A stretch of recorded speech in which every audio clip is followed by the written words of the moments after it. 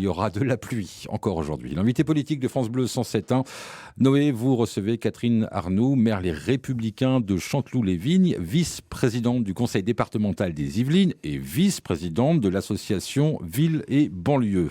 Bonjour Catherine Arnoux. Bonjour. Merci d'être avec nous ce matin. Le gouvernement débat cet après-midi à l'Assemblée nationale sur le thème des migrants. C'est aussi un sujet qui occupera votre parti, Les Républicains, ce matin. Vous êtes maire d'une commune, Chanteloup-les-Vignes. Que dites-vous sur ce sujet ? Alors, d'abord, je dis que les mêmes causes vont reproduire les mêmes effets. Quelles causes ? Ces arrivées massives de gens qui ont vécu des drames chez eux, mais qui, arrivant sur notre territoire, ne connaissent pas les codes, ne connaissent pas la langue et qu'il faut accompagner dans le long terme. J'ai le sentiment d'une approximation absolue dans ces accueils de ces populations avec des solutions à court terme. Or, nous, dans nos banlieues, ce que les gens appellent les banlieues, nous avons vécu des années et des années comme ça de flux migratoires économiques ou politiques ou de guerre. Nous les avons vécus et nous avons vu l'État ne proposer que des solutions de court terme. Est-ce que là, ce n'est pas une situation d'urgence ? Mais l'urgence n'empêche pas de penser un petit peu plus loin que simplement un toit immédiat. Alors Catherine Arnoux, la dernière fois que vous êtes venue sur France Bleu 107.1, c'était après les mots de Manuel Valls qui évoquait l'apartheid et vous souhaitiez une politique de peuplement, c'est comme ça que l'on dit. Là, c'est à peu près la même chose. Il faut s'inspirer justement à ne pas créer de l'apartheid dans certaines villes. Alors, il ne faut pas créer de l'apartheid, mais au-delà de ça, il faut accompagner tout de suite ces populations de réfugiés. Pourquoi ? Parce qu'on sait très bien qu'une fois les émotions passées, dans quelques mois, ce seront les villes en situation les plus précaires, là où les populations sont les plus fragiles, mais aussi sont prêtes à être le plus solidaires, que seront mises ces nouvelles populations de réfugiés et qu'on repartira sur des années de non-accompagnement et de non-prise en compte. Ça veut dire que vous, aujourd'hui, en tant que maire de Chanteloup-les-Vignes, vous ne souhaitez pas accueillir de familles sur votre Justement, territoire ? non. Moi, ce que je propose, c'est justement un accompagnement. Mais c'est un accompagnement raisonné, qui n'est pas dans l'approximation, qui est de long terme et qui propose un avenir.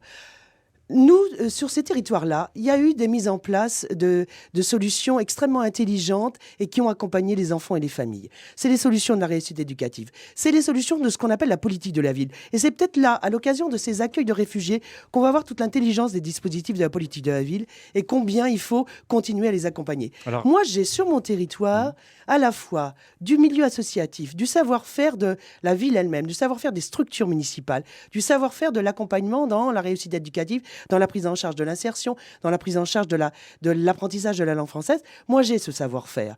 Et au contraire, moi, je suis très volontaire pour accompagner une dizaine de familles. Une dizaine de familles, c'est 30 Syriens ou 30 Irakiens.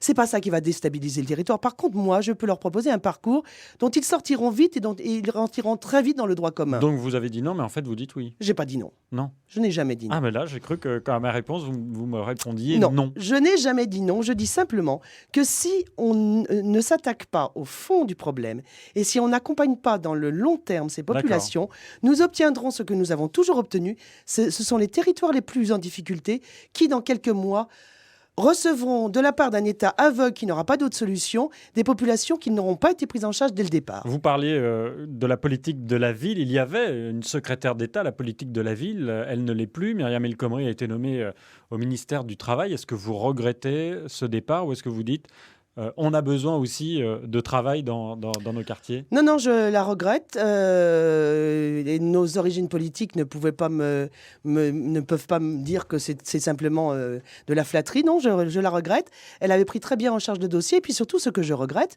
c'est que de nouveau, ce gouvernement de gauche met de côté la politique de la ville. Certes, nous avons un ministre de tutelle, mais qui est aussi ministre de la Jeunesse et des Sports. Je regrette, comme d'habitude, que la politique de la ville soit encore un sous-chapitre, alors que ça fait des années que Ville et Banlieue demande un ministre de la ville et qui prenne en charge quand même ces populations qui représentent un nombre de populations de plus en plus important. Mais est-ce que Myriam El Khomri, au ministère du Travail, ne pourra pas justement être encore plus sensibilisée au chômage dans certains quartiers? Mais non, elle va travailler l'emploi sur l'ensemble du territoire. Et malheureusement, ce zoom sur les quartiers en difficulté ne sera plus fait. Vous êtes là également, Catherine Arnoux, pour nous parler de la baisse des dotations de l'État aux collectivités. J'imagine que vous râlez comme de nombreux maires. Pouvez-vous encore changer les choses avant la loi de finances pour 2016 qui sera présentée dans 15 jours ? Je suis pas sûre qu'on puisse changer les choses, mais je vous fais quand même remarquer ces deux sujets, c'est le paradoxe de l'État, qui nous demande plus de solidarité et qui est de moins en moins solidaire. Les collectivités locales, c'est quand même la première proximité, c'est celles qui prennent en charge le quotidien de l'habitant. Alors on nous dit faites plus avec moins. Il y a des villes qui ont encore un petit peu de gras. Des villes en politique de la ville, elles avaient que la peau sur les os.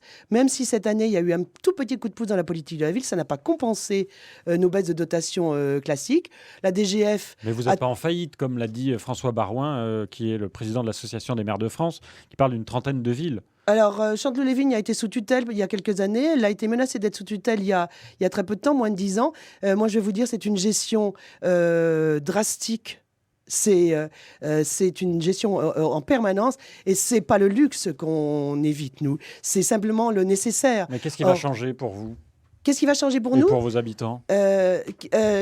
Actuellement, nous nous concentrons sur l'essentiel.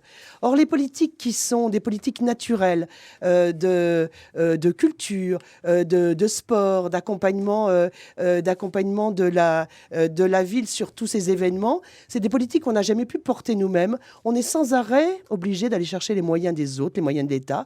C'est cette perfusion permanente que les villes en politique de la ville vivent et qui va être un petit peu plus marquée. Catherine Arnoux, maire Les Républicains de Chanteloup-les-Vignes et vice-présidente du conseil départemental des Yvelines, était l'invité politique de France Bleu 107.1. Merci d'être venu, bon courage à vous. Mais merci. Il est 8h49. France Bleu 107.1